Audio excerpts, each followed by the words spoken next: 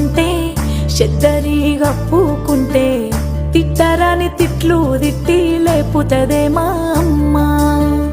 ఆ కిట్లాలకు జల్లి ముగ్గులు వెయ్యాలని నన్ను గట్టి నేర్పించింది లచ్చులు మా అమ్మ. ఎందుకిట్లా చేస్తుందని కోపం వచ్చినాదే అమ్మా. కన్న బిడ్డ కష్టాలు పడితే చూడలేవని తెలుసుకున్నా. నువ్వు రంది పెట్టుకోకే మంచిగుంటేనే అమ్మా. కట్టమస్తే నీలాగే నేను కడుపులా దాసుకో.